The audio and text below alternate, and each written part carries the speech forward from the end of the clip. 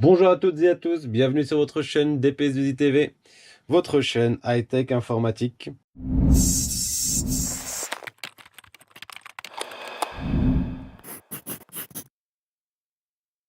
Aujourd'hui, on va vous présenter un petit bijou de technologie. Bon, je m'emballe peut-être avec ce terme-là, mais on va vous proposer un petit ordinateur quasi hybride. Je vous dirai pourquoi quasi plus tard.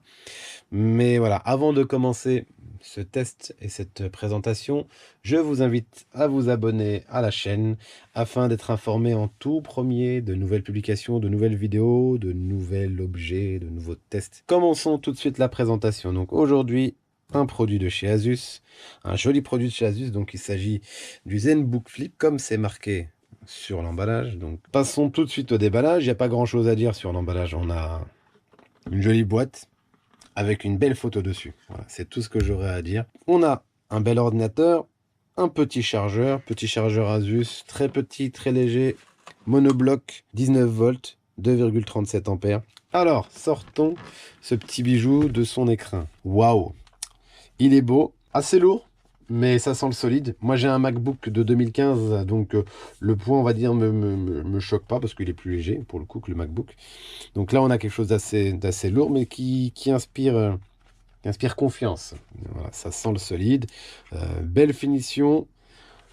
Contrairement au premier ZenBook qu'ils avaient sorti, celui-ci est un peu plus épais, mais je pense que c'est mieux parce qu'il y a eu pas mal de soucis. En tout cas, nous, on a rencontré pas mal de problèmes avec les premières générations.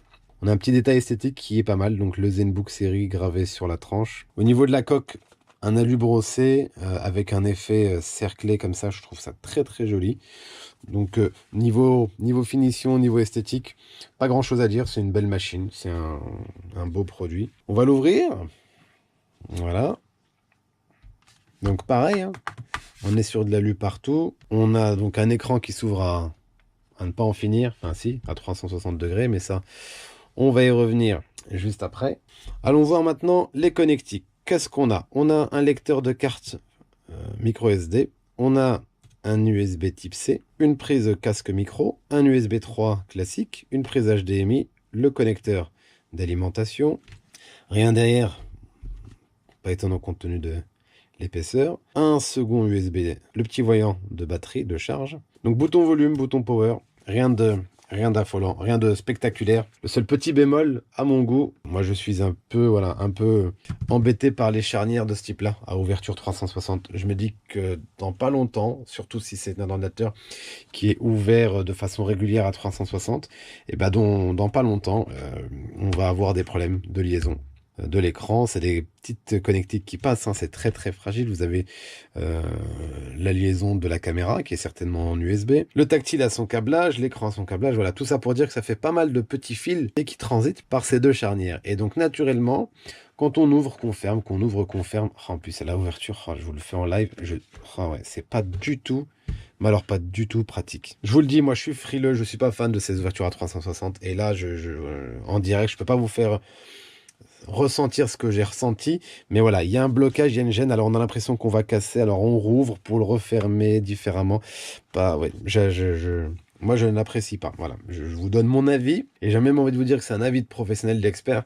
Je vous conseille moi d'éviter ce type de machine. Si vous voulez une tablette, vous achetez une tablette. Si vous voulez un ordinateur portable, vous achetez un ordinateur portable, mais vous prenez surtout pas quelque chose qui fait les deux. On va passer tout de suite à l'allumage. Donc, on a un processeur i7 de 8e génération, un i7 8550U, 8 Go de RAM, 250 Go de SSD. Donc, on a une très très bonne config. J'ai même envie de vous dire une trop bonne config. Un i7, c'est un peu costaud pour ce type de machine. Après, tout dépend ce qu'on veut faire avec. C'est un genre de machine qui peut servir pour de la photo, pour de la vidéo. On ne va pas faire de la 3D. Qu'avons-nous comme carte graphique là-dedans? Ne voyons pas d'autocollant, à mon avis, on a une petite carte Intel, une UHD graphique 620. Bon, c'est une bonne carte graphique, mais vous ferez pas, voilà, faut pas espérer jouer sur ce type de machine. Le clavier, bon, j'ai déjà eu des ZenBook en main. Et j'ai jamais rien eu à leur reprocher. Bon, il y a un beau travail qui est fait sur les touches du clavier, sur les claviers. La course est courte, c'est réactif, le bruit est pas dérangeant. Le touchpad, voilà, c'est où ça passe, où ça casse. Asus, depuis plusieurs années, j'arrive pas. Voilà, on n'y arrive pas. Je ne suis pas le seul d'ailleurs. J'ai plusieurs de mes de mes collègues, de mes collaborateurs, qui n'y arrivent pas du tout. Voilà, le touchpad, le cliquer, la touche de clic qui n'est pas précise, c'est-à-dire que dès le moment où on va cliquer, elle va bouger en même temps. Alors c'est un problème qu'on rencontre encore sur des modèles classiques actuellement, mais sur les modèles, les ZenBook, c'est quelque chose qui est corrigé. Donc ils mettent quand même plus de cœur à l'ouvrage sur ces modèles-là que sur les modèles plutôt d'entrée moyenne gamme. Donc c'est précis, on a une belle surface, alors ça vaut pas les surfaces des MacBook, mais on a une surface qui est très correcte, c'est réactif. Donc je pense avoir fait le tour concernant la partie PC. On va passer donc en mode tablette. On ouvre ça à 360, donc il a repéré qu'on était en ouverture et il me propose de passer en mode tablette. Donc je vais dire oui. Pour ceux qui ne connaissent pas, qu'est-ce que le mode tablette? Le mode tablette, c'est ni plus ni moins que le changement du menu en fait. C'est-à-dire que sur le mode PC, vous appuyez sur le bouton Windows, avec le doigt ou à la souris, peu importe, et vous avez le menu qui apparaît. Et quand vous rabaissez, enfin quand vous n'avez pas le menu, vous avez le bureau. Et bien là, en fait, vous avez le menu en permanence. C'est-à-dire que dès lors, hop, je le mets en veille, je le ramène, je déverrouille. Dès lors où je suis sur le mode tablette, mon écran d'accueil et mon écran de fonctionnement, c'est ma page d'accueil avec les applications. Et si je veux accéder à l'explorateur, donc j'ai une série de raccourcis sur le côté, donc l'explorateur est là, voilà. Et là, j'accède donc aux différents dossiers qu'il y a sur mon ordinateur. Vous voyez, déjà, ça commence mal. Voilà, je ne sais pas ce que j'ai fait. J'ai juste voulu fermer le dossier et il m'a sorti un Edge. Il m'a lancé Edge. Allez comprendre. Mais revenons-en à notre matos. Une fois ouvert, donc, bah, c'est épais pour une tablette. C'est très très épais. Voilà. Bah, c'est normal, c'est la même épaisseur, mais donc on gagne pas. Donc c'est lourd. C'est pas pratique parce qu'on a le clavier derrière. Alors le clavier est désactivé, donc ça c'est une bonne chose. Les boutons sur le côté, bah, c'est très pratique. Je crois qu'on a fait le tour. Mon avis, belle machine, mais il devrait s'en tenir uniquement au ZenBook qui s'ouvre comme ça, comme un ordinateur portable, tactile ou pas tactile.